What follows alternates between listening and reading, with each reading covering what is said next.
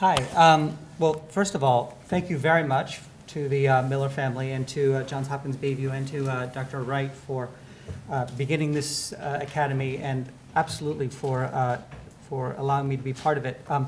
I've worked with all the people off to my left, and I would say that they are not excellent because they wake up in the morning and they hope to be excellent and they strive to be excellent and they read to be excellent.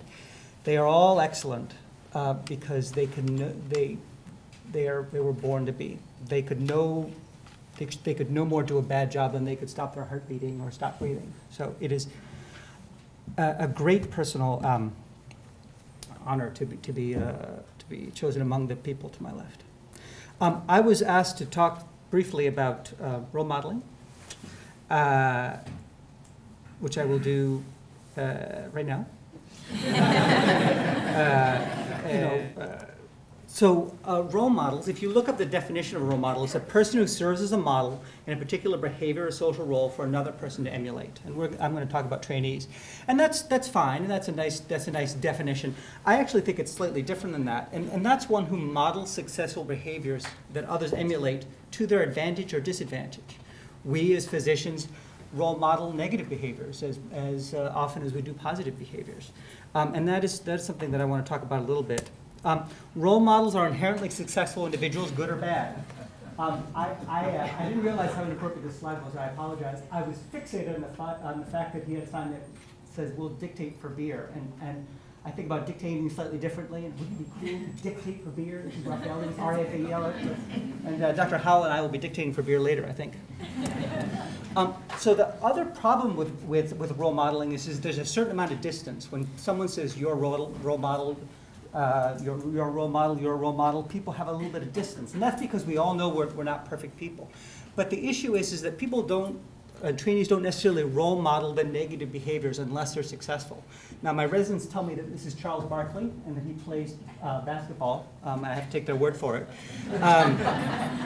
Now, he was very famous in the 80s and 90s as saying, "I'm not a role model." But he was, right? He had negative behaviors, but he worked hard. I mean, I assume he worked hard, and he played fair, and he was an excellent basketball player, and that's what people role model on. These are some other medical role models. Now, at my generation, role model, or people who I went to school with, role model on the gentleman to the right, Hawkeye Pierce from MASH.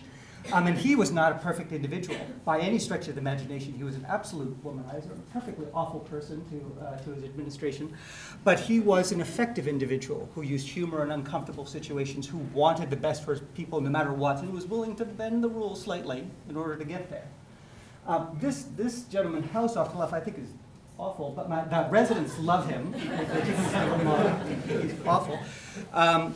But they say that he's great because he role models the ability to get it done, to find, to work, to do their best to make the patient better, no matter what, no matter who else in the universe they have to upset. So fair enough. In general, role modeling is leading by example. I'll tell you a quick story. When I was an intern at the Boston City Hospital, we had a rotation in May about this time, and our attending was a GI physician like Dr. Hurlong, and boy, was he tough. Man. We used to round an hour before everybody else, and we would take forever to round, and we had to know everything, and boy, just for a whole month, really was very strict with us. And then at the end, he took us out, and he made the other team cover the service. He took us out to this lovely lunch in Boston on the outside, right, with all this, we hadn't seen the sun in 8 months, and this beautiful meal.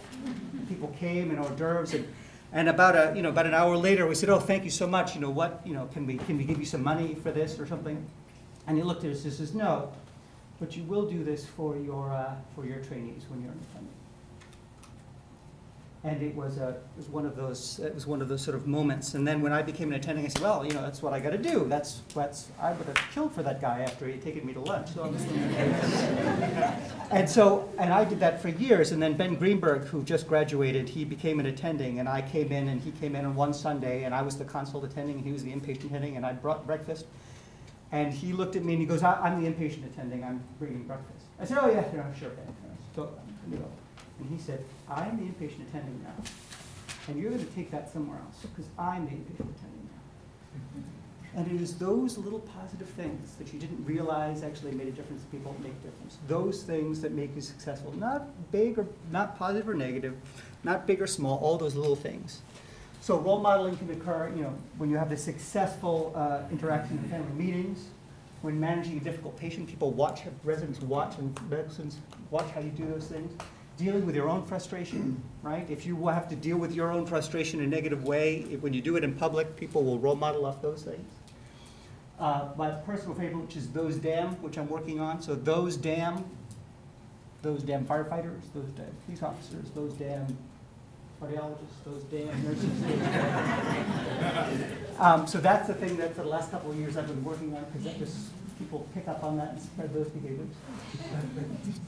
And the last thing is that hand washing. So I did a little experiment where I just, hand washing is a big thing in the hospital. So I chose not to wash my hands going into patients' rooms back and forth for 2 or 3 days.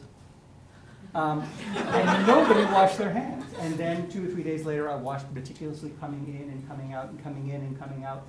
And then everybody else would wash their hands, and then you'd stop, and they couldn't stop from doing it anymore. So role modeling, little behaviors, all the things that we do that are positive and negative are important to remember. So I would like to thank very much the Miller-Coulson Academy for admitting me. I will do my very best to role model positive behaviors. This is a little study that shows that came out of the BMJ that talks about how professional behavior needs to be role modeled actively. That young people don't just follow their seniors around, but they say what's successful and what's not successful, and they role model those. All right, well, thank you very much.